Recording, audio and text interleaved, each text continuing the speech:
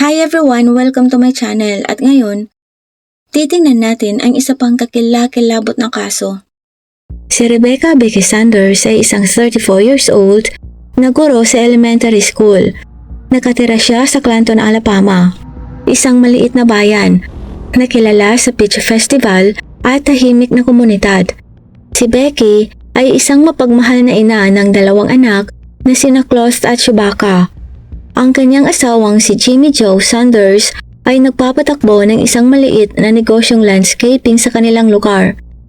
Ang pamilya ay miyembro ng isang local Baptist church at kilala sa kanilang mga kapitbahay. Ipinanganak at lumaki si Becky sa Clanton at nagtapos sa Chilton County High School noong 2002. Kilala si Becky sa kanyang matingkad na ngiti at dedikasyon sa kanyang mga mag-aaral. Ginugol niya ang kanyang mga gabi sa pagmamarka ng mga papel at paghahanda ng mga aralin at madalas na gumagamit ng Pinterest para sa mga ideya sa malikhaing silid-aralan. Si Becky ay lubos na nakatuon sa kanyang pamilya at may isang malakas na moral na sinusunod. Siya ang uri ng tao na tumutulong at hindi naghihintay ng kapalit. Gayunpaman, hindi rin siya nananahimik kapag naramdaman niyang may mali. Ang katangiang ito kung minsan ay ang nagiging dahilan ng hindi nila pagkakasundo ng kanyang half-sister na si Megan Lyles at ng kanyang ina na si Nancy Lyles. Sa mga araw bago ang krimen, ang buhay ni Becky ay isang karaniwan. Noong April 15, 2018, sa isang pagtitipon sa kanilang simbahan sa Clanton, inilahad ni Becky sa publiko ang isang taon na relasyon ng kanyang asawa kay Megan. Sinabi ng mga saksi na si Becky ay nakatayo malapit sa dessert table na may hawak na isang plato ng banana pudding habang mahinahon niyang sinabi sa lahat kung ano ang nangyayari. Kasama ang isang graphic na paglalarawan kung paano niya nahuli ang mga ito na nagtatalik sa sahig sa kanilang kusina. Ang pahayag na ito ay nagdala ng mga shockwave sa kongregasyon na nag-iwan kina Jimmy Joe at Megan na napahiya. Ipinagtapat din ni Becky sa malalapit na kaibigan na plano niyang magsalita sa paparating na pulong ng konseho ng bayan upang isiwalat ang isa pang mas madilim na lihim sa loob ng kaniyang pamilya. Bagamat hindi niya tinukoy kung ano ang mga iyon, sinabi ng kanyang kaibigan na tila kinakabahan nito ngunit determinadong ayusin ang mga bagay. Sa kanyang mga huling araw, ipinagpatuloy ni Becky ang kanyang gawain sa pagtuturo, pag-aalaga sa kanyang mga anak at paghahanda para sa inaasahan niyang magiging simula ng pagbabago para sa kanyang pamilya. Ang kanyang mga pangarap ay simpleng ngunit malalim. Gusto niyang mabigyan ng magandang kinabukasan ang kanyang mga anak at mamuhay ng malaya sa pagkakanulo at panlilinlang. Nakakalungkot na ang mga pangarap na yon ay mapuputol sa pinakabrutal na paraan. Noong April 19, 2018, bandang 11:45 ng gabi, ang katawan ni Rebecca Becky Sanders ay natuklasan sa banyo ng isang Sunoco gas station na matatagpuan sa labas ng Highway 31 sa Clinton, Alabama. Ang gas station ay isang karaniwang hintuan para sa gabing mga motorista sa lugar dahil sa convenience store nito na puno ng mga merienda at Coca-Cola vending machine. Ang pagtuklas ay ginawa ni Kyle Patterson, isang 22 years old na mag-aaral sa kolehiyo na nagtatrabaho bilang isang delivery driver para sa Domino's Pizza. Huminto si Kyle para gumamit ng banyo galing sa kanyang katatapos na duty. Inilarawan niya ang eksena bilang nakakatakot at mahirap paniwalaan. Sinabi niya sa mga pulis na binuksan niya ang pinto at nakita niyang may dugo sa halos lahat ng sulok ng banyo. Agad na tumawag si Kyle ng 911. Nanginginig ang boses habang ipinapaliwanag ang kanyang nakita. Dumating ang mga emergency responders sa loob ng ilang minuto. Bihirang makaranas ang mga emergency responders ng ganitong krimen sa kanilang maliit na bayan ng Clanton, kaya napigla sila sa kanilang nakita.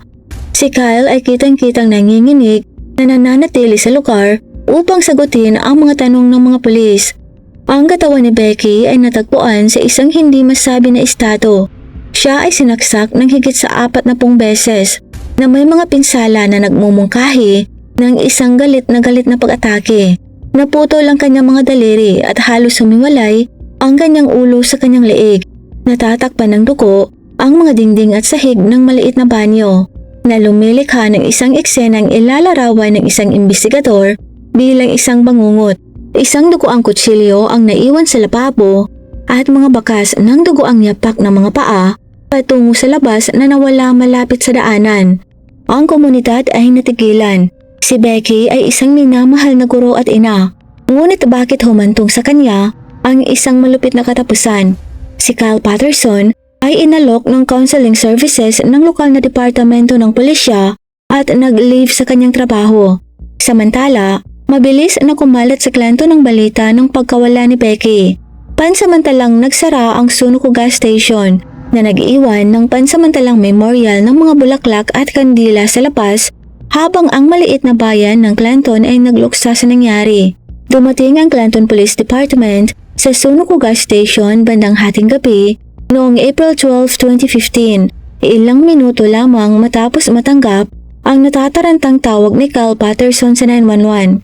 Ang mga pulis na sina Mark Fempsey at Carla Ruiz ay unang dumating sa pinangyarihan na sinundan ni Detective Wayne Grayson, isang veteranong investigador na kilala sa kanyang kalmadong kilos at atensyon sa detalye. Ang eksenang nadatnan nila ay kakilakilabot. Ang katawan ni Becky Sanders ay nakahandusay sa sahig ng maliit na solong stall restroom na napapalibutan ng kanyang sariling dugo. Agad na sinimula ni Detective Grayson ang pag-coordinate sa pagsisiyasat sa pinangyarihan ng krimen. Ang lugar ay pinalibutan nila ng dilaw na police tape habang ang mga marker ng ebidensya ay inilagay sa loob ng banyo at sa nakapalibot na paradahan. Kinuhanan ng larawan ng mga forensic investigators ang eksena, nangolekta ng mga sample ng dugo at dinala ang kutsilyo para sa pagsusuri. Ang timeline ng mga huling oras ni Becky ang naging unang prioridad. Medyo nabuhayan sila nang nalaman ng mga pulis na ang asawa ni Becky, si Jamie Jo Sanders, ay pinahinto at inaresto para sa pagmamaneho ng nakainom ilang oras bago nangyari ang krimen. Si Jamie Jo ay hinila ng isang Alabama State Trooper sa County Road 41 wala pang 2 milya mula sa Sunoco gas station. Ayon sa ulat ng pag-aresto, si Jamie Jo ay palipat-lipat sa pagitan ng mga linya sa kanyang Ford F-150 at napansin ng trooper na siya ay lasing at amoy alak. Si Jamie Jo ay naibuk sa Chelton County Jail ilang sandali matapos siyang maaresto. Ang kanyang blood alcohol content ay naitala sa 0.15, halos doble sa legal na limitasyon. Nagtaas ito ng mga tanong tungkol sa kanyang kinaroroonan. Sinuri din ng mga investigador ang surveillance footage mula sa gasolinahan. Ipinakita ng video ang pagdating ni Becky mga 11:20 ng gabi. Ipinarada ang kanyang Honda Civic malapit sa gilid ng gusali. Pagkalipas ng ilang sandali, sinundan siya ng hindi kilalang figura sa loob. Walang malinaw na larawan ng suspect ang nakuhanan ng footage, ngunit ang timeline ay tugma sa tinatansyang oras ng krimen. Ang paghuli kay Jamie Jo at ang surveillance footage ay nagbigay sa mga investigador ng panimulang punto, ngunit ang brutal na katangian ng krimen ay naging dahilan upang determinado silang mabunyag ang katotohanan. Si Jamie Jo Sanders, edad 36, ang unang taong tinanong ng mga investigador. Bilang asawa ni Becky ng 16 na taon, si Jamie Jo ay isang sentro na figura sa kanyang buhay. Ang mag-asawa ay nagpakasal pagkatapos ng high school. Si Jamie Jo ay nagtatrabaho na bilang isang mekaniko sa isang lokal na tindahan ng sasakyan, habang si Becky ay hinahabol ang kanyang pangarap na maging isang guro. Sa paglipas ng mga taon ay naging mahirap ang kanilang pagsasama. Si Jamie Jo ay inilarawan ng mga kaibigan bilang charming ngunit hindi mapagkakatiwalaan. Madalas niyang inuuna ang late night sex at flirtatious affairs kaysa sa kanyang mga responsibilidad sa pamilya. Nagsimula ang gulo noong huling bahagi ng 2016 nang muling makipag-ugnayan si Jamie Jo sa half-sister ni Becky na si Megan Lyles sa isang family gathering. Si Megan na 29 years old pa lamang noon ay palaging pinagmumulan ng tensyon sa pamilya. Kilala ito sa kanyang mapusok na ugali at mapanghimagsik na pagkatao. Si Megan ay may kasaysayan ng mga pagtakas sa batas, Kabilang dito ang paggamit ng mga ipinagbabawal na gamot. Sa kabila ng kanyang magulong personalidad, ay naakit pa rin sa kanya si Jimmy Cho. Ang kanilang relasyon ay nagsimula ng inosente nang nag-alok si Jimmy Cho na ayusin ang lumang Chevy Malibu ni Megan ng libre. At ang pagbisita ni Jimmy Cho sa maliit na apartment ni Megan malapit sa Poppy kung saan siya nagtatrabaho. Noong unang bahagi ng 2017, naging sexual ang kanilang paglalandian. Madalas na nakikita sina Jimmy Cho at Megan para sa lihim na pagtatalik, minsan sa kanyang apartment at kung minsan ay sa likod ng madumi niyang truck. Natuklasan ni Becky ang relasyon nila noong March 2018 sa pinaka nakakagulat na paraan. Maaga siyang umuwi mula sa isang field trip sa paaralan at nadatnan niya sina Jimmy Cho at Megan na nagtatalik sa sahig ng kusina ng kanilang bahay. Galit na galit si Becky na sinigawan niya ang dalawa habang hinahagisan niya ang mga ito ng pinggan. Tumakas sina Jimmy Cho at Megan at naiwan si Becky na mag-isang galit na galit. Sa sumunod na mga linggo, nagtapat si Becky sa malalapit na kaibigan at nagpahiwatig ng mas malalim na pagtataksil sa kanyang pamilya. Sa panahon ng kanyang interogasyon, si Jimmy Cho ay lumitaw na mahinahon at itinanggi niya ang anumang pagkakasangkot sa nangyari kay Becky, na nagsasabi na ang kanyang pagkaaresto noong gabi ng krimen ay nagbigay sa kanya ng alipay. Gayunpaman, nang tinanong tungkol sa kanyang pakikipag-ugnayan kay Megan, ay halatang hindi siya komportable. Napansin ng mga investigador ang kanyang palipat-lipat na mga sagot at pag-iwas ng pakikipag-eye contact. Inamin ni Jimmy Cho na ang relasyon nila ni Megan ay nagdulot ng tensyon sa pamilya. Ngunit sinabing hindi niya kayang saktan si Becky.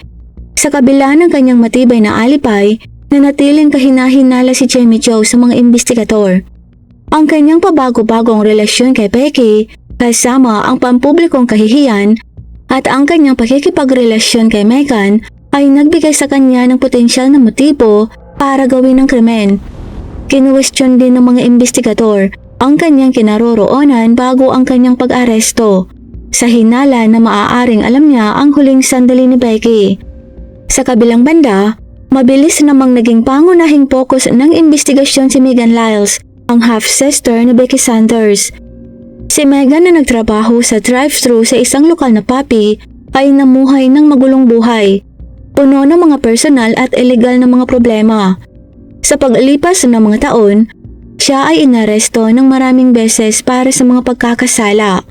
Ang isang pag-aresto noong 2015 ay naging mga headline sa maliit na bayan ng Clinton, Alabama, matapos na magmaneho si Megan ng hubot-hubad at binangga ang kanyang sasakyan sa poste ng utility habang nasa ilalim ng impluwensya ng bawal na gamot. Ang kanyang mapusok na ugali at ugali na manlait sa iba ay nakadagdag sa kanyang reputasyon bilang isang pabago-bagong individual. Sa kabila ng kanilang ugnayan sa ama, hindi naging malapit sina Megan at Becky.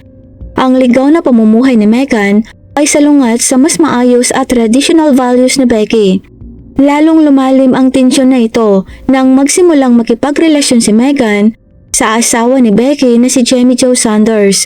Nalantad sa publiko ang relasyong nagsimula ng palihim sa isang dramatikong pagkaharap sa isang pagtitipon sa simbahan noong April 2015. Inilarawan ng mga saksi ang isang eksena na maaaring katulad ng isang soap opera.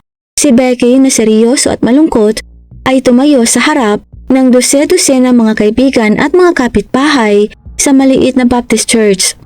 Sa isang mahinahon ngunit nakakapang-akit na boses, ibinunyag niya ang relasyon ni Jimmy Cho at Megan, na puno ng mga panauhin ng silid, habang ang lahat ng mga mata ay nabaling sa dalawa.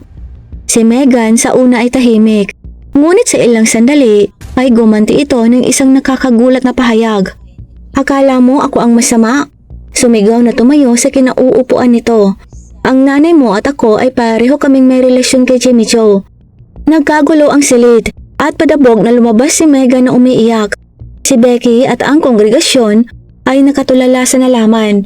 Ang pasabog na ito ay hindi lamang nagpalalim sa tensyon sa pagitan ng magkapatid na babae, ngunit nagdala din ng magulong sitwasyon ng pampublikong pagsisiyasat. Ang kasaysayan ng marahas na ugali ni Megan ay nakatawag din ng atensyon sa mga investigador.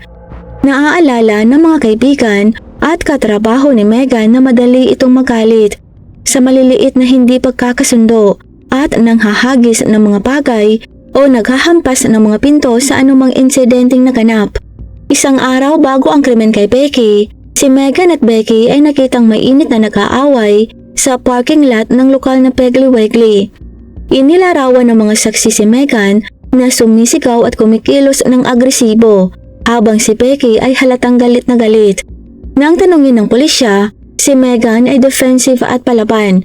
Itinanggi niya ang anumang pagkakasangkot sa nangyari kay Becky. Ngunit inamin niya na ang kanilang argumento na sinabing isang away lang ito sa pamilya. Ang kanyang alibay para sa gabi ng krimen kay Becky ay mahirap patunayan. Sinabi ni Megan na siya ay nag-iisa sa bahay na nanonood ng TV mag-isa. Itinuring ng mga investigador na malinaw ang motibo ni Megan. Ang pakikipagrelasyon kay Jimmy Joe, ang pampublikong kahihiyan sa publiko, at ang kanyang patuloy na tunggalian kay Becky ay nagpinta ng isang larawan ng isang babaeng itinulak sa kanyang limitasyon.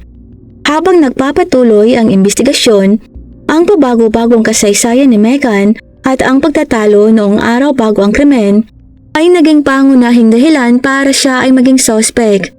Noong April 24, 2018, isang nakakagulat na twist ang bumago sa investigasyon. Nang umagang yon ay nakatanggap ang pulisya ng tip mula sa isa sa mga empleyado ni Nancy Lyles sa kanyang salon. Ang empleyado na humiling na itago ang kanyang pagkakakilanlan ay nagsiwalat ng nakakabagabag na impormasyon tungkol sa kamakailang gawin ni Nancy. Ang bagong lead na ito ay nag-udyok sa mga investigador na maghukay ng mas malalim sa relasyon ni Becky Sanders sa kanyang ina. Si Nancy Lyles, edad 54, ay palaging isang matapang at maningning na presensya sa Clanton, Alabama. Ang kanyang matalas na dila at kilos ay kilalang kilala sa buong bayan. Ngunit sa ilalim ng alindog ay may malalim na tensyon sa kanyang anak na si Becky. Ang pinagmulan ng kanilang salungatan ay ang hindi kinaugalian na pamumuhay ni Nancy. Nag-host ito ng grupo na pagkikipagtalik at ang mga sexual na relasyon sa dose-dose ng mga tao mapalalaki at babae man. Si Becky na may malakas na moral at debosyon sa family values ay madalas na pinupuna ang mga desisyon ni Nancy, lalo na ang kanyang nakakagulat na kakaibang sex life at walang pakialam na saloobin. Ang ebidensyang natuklasan ng pulisya ay nagpinta ng isang nakakagulat na larawan ng mga intensyon ni Nancy. Natuklasan ng mga investigador ang isang serye ng mga text at sulat kamay na nagdidetalye ng isang plano upang ipahiya sa publiko si Becky. Inilarawan ng mga tala ang isang detalyadong pamamaraan. Aakitin ni Nancy si Becky sa isang pampublikong kaganapan, hubaran siya sa kanyang mga damit at payukuin ang kanyang ulo sa harap ng nagsasayang mga tao. Ang motibo ni Nancy ayon sa kanyang mga text ay ang pagganti sa pamumuna ni Becky at sa kahihiyan. Ang twist na ito ay nagbigay sa pagsisiyasat ng isang bagong dimensyon. Nagsimulang makita ng pulisya si Nancy, hindi lamang bilang isang hiwalay na ina, ngunit bilang isang taong may motibo na nag-uugat sa matinding sama ng loob at kahihiyan. Ang pagkatuklas sa lihim ni Nancy ay nagmungkahi ng isang nakakalason sa kanilang pamilya na higit pa sa mga simpleng argumento. Inihayag nito ang isang web ng mga lihim, pagtataksil at matagal ng sama ng loob na maaaring nagtulak sa sinuman sa mga sospek sa karahasan. Para sa mga investigador, ang twist ay nangangahulugan ng pagpapalawak ng saklaw ng kanilang pagtatanong. Sinimulan nilang suriin ang alibay ni Nancy para sa gabi ng krimen at ang kanyang mga pakikipag-ugnayan kay Becky sa mga linggo bago ang kanyang katapusan. Bagamat walang direktang ebidensya na nag-uugnay kay Nancy sa krimen, nagtaas ito ng mga kritikal na tanong tungkol sa kanyang papel sa drama ng pamilya. Ang di umano'y pakana ni Nancy ay nagdagdag ng isa pang layer ng intriga at tensyon sa isang komplikadong kaso na nagpipilit sa mga investigador na isaalang-alang ang posibilidad na ang pagkawala ni Becky ay resulta ng higit sa isang aksyon ng isang tao. Ang pakikipagrelasyon ni Nancy kay Jimmy Joe ay naiulat na nagsimula noong huling bahagi ng 2016, ilang sandali pagkatapos na bumalik sina Becky at Jimmy Joe sa Clinton. Nagkita sila sa salon ni Nancy isang gabi nang dumating si Jimmy Joe para sunduin si Becky pagkatapos ng late appointment. Ang kanilang paglalandian ay mabilis na napunta sa isang ganap na pag-iibigan, kung saan ang dalawa ay regular na nagkikita sa mga motel at maging sa bahay ni Nancy para makipagtalik tuwing nasa labas si Becky. Para sa mga investigador, ang gusot sa buhay at pag-ibig ni Nancy ay parehong isang motibo at isang nakakagambala. Ipinakita nito na handa niyang gawin ang lahat upang makaganti sa kanyang anak na babae. Nang mahayag ang mga detalye ng personal na buhay ni Nancy, ang maliit na bayan ng Clinton ay naiwang naguguluhan.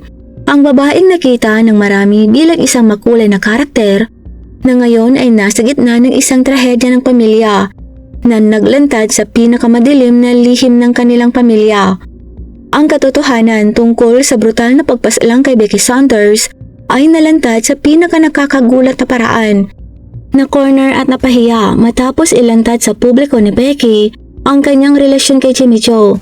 Sa sobrang galit at desperasyon ni Megan, sinundan niya si Becky sa banyo ng gasolinahan noong gabi ng April 18, 2018 at brutal na sinaksak niya si Becky hanggang sa mawala nito ng buhay. Noong gabi ng krimen, huminto si Becky sa isang lokal na gas station ng Sunoco galing sa isang late shift sa trabaho. Ipinakita sa footage ng surveillance si Megan na dumating sa gas station. Ilang minuto lang ang lumipas ayon sa mga ulat ng pulisya. Naghihintay si Megan sa malapit at binabantayan si Becky. Pagpasok ni Becky sa banyo ay sinundan siya ni Megan. Ang sumunod na nangyari ay mabilis at brutal. Naniniwala ang mga investigador na kinausap ni Megan si Becky at sinisisi ito sa pagsira sa kanyang buhay. Nang sinubukang iwan ni Becky si Megan, bumunot ito ng kutsilyo na dala-dala niya at sinaksak si Becky ng halos 40 beses. Ang pag-atake ay nag-iwan kay Becky na halos mapugutan ng ulo na may malalalim na mga sukat sa kanyang dibdib at tiyan. Tumakas si Megan sa eksena at iniwan si Becky na naghihingalo sa sahig ng banyo. Pinagsama-sama ng mga detectives ang pagkakasangkot ni Megan sa pamamagitan ng kombinasyon ng pisikal na ebidensya at ng mga saksi.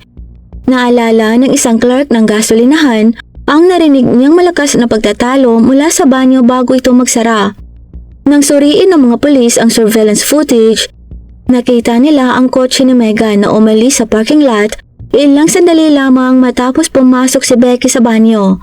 Ang pagsusuri sa forensic ay nagsiwalat din ng mga fingerprints ni Megan sa hawakan ng kutsilyo na sinamahan ng mali-maling pag-uugali ni Megan na humahantong sa krimen. Ang testimonya ng nakasaksi sa kanya sa gasolinahan ay sapat na ebidensya upang magsagawa ang mga pulis ng pag-aresto. Si Megan ay dinala sa istasyon 2 araw pagkatapos ng krimen. Sa panahon ng pagtatanong ay una niyang itinanggi ang anumang pagkakasangkot sa krimen. Ngunit kalaunan ay bumigay at umami na ito. Pero iginigiit niya na yun daw ay pagtatanggol lamang sa sarili. Ayon sa mga investigador, pinaghalong galit at takot ang ipinakita ni Megan. Sinisisi si Becky sa labis na pagtulak sa kanya. Para sa komunidad ng Clinton, ang pag-aresto kay Megan ay nagdulot ng parehong pagsasara at mahirap na paniwalaan. Ang paglilitis kay Megan Lyles para sa pagtapos kay Becky Saunders ay nakakuha ng malaking atensyon sa maliit na bayan ng Clinton. Noong tag-araw ng 2019, ang defense team ni Megan ay pinamumunuan ng abogadong si Christopher Chris Hayworth ay gumawa ng matapang na diskarte. Nagtalo sila ng isang pagkabaliw sa pamamagitan ng paninibugho pagtatanggol na sinasabing ang kalagayan ng pag-iisip ni Megan ay labis na nakompromiso ng pampublikong kahihiyan sa kanya ni Becky at kumilos siya sa isang hindi mapigil na galit. Ipininta ni Hayworth ang isang larawan ng isang batang babaeng naluluha sa pagkakanulo at kahihiyan. Sa kanyang pambungad na mga pahayag ay inilarawan niya ang magulong buhay ni Megan kasama ang kanyang maligalig na nakaraan sa pag-abuso sa mga bawal na gamot at ng kanyang magulong relasyon kay Becky. Siya ay naipit sa isang sitwasyon ng kahihiyan at selos. Sinabi ni Hayworth sa hurado na ang kanyang mga aksyon ay hindi sa isang walang pusong paraan ngunit sa isang sitwasyon na humantong sa sukdulan. Gayunpaman, binuwag ni Prosecutor Rachel Mendoza ang mga claims ng depensa. Nangatuwiran siya na ang mga aksyon ni Megan ay kalkulado at sinadya. Nagpakita si Mendoza ng mapanghikayat na ebidensya, kabilang ang surveillance footage na nagpapakita kay Megan na naghihintay kay Becky sa gas station at ang forensic evidence na nag-uugnay kay Megan sa ginamit na kutsilyo. Ito ay hindi isang krimen ng pagnanasa at sinabi ni Mendoza ito ay pinalanong pagtapos na pinalakas ng sama ng loob at galit. Ang kasaysayan ng marahas na ugali ni Megan kasama ang pakikipagtalo kay Becky noong araw bago ang krimen ay lalong nagdiin sa kanya sa kaso ng prosekusyon. Ang argumento ng depensa ay nakasalalay sa isang testimonya ng psychologist na si Megan ay nagdusa ng intermittent explosive disorder na maaaring makapinsala sa kanyang kakayahang kontrolin ang kanyang mga aksyon. Gayunpaman, sa ilalim ng cross-examination, inamin ng psychologist na si Megan ay hindi pa formal na na-diagnose na may disorder bago ang krimen. Pagkatapos sa mag-isip ang mga hurado, wala pang 6 na oras bumalik sila na may dalang hatol. Si Megan ay nakasala at kinasuhan ng unang antas ng pagtapos ng tao. Hinatulan ni Judge Cynthia Hallstrom si Megan ng hapambuhay na pagkakakulong nang walang posibilidad ng parol. Sa panahon ng paghatol, humihikbi si Megan habang humihingi siya ng tawad sa pamilya ni Becky. Ngunit naninindigan na hindi niya sinasadyang tapusin ito. Para sa mga mahal sa buhay ni Becky, ang hatol ay isang mapait na sandali. Ang katarungan ay naihatid ngunit wala nang makapagbabalik pa kay Becky. Sinabi ng kanyang kapatid na si Tim Saunders sa labas ng courthouse na ang dramatikong konklusyon ng paglilitis at ang hindi pangkaraniwang insanity sa pamamagitan ng pagtatanggol at paninibugho ay nag-iwan ng pangmatagalang epekto sa komunidad na nagtala bilang isa sa mga pinakakilalang krimen sa kanilang bayan. Maraming salamat po sa panonood. Kung hindi naman po kalabisan, paki-like at subscribe po sa aking channel. And as always, keep safe everyone.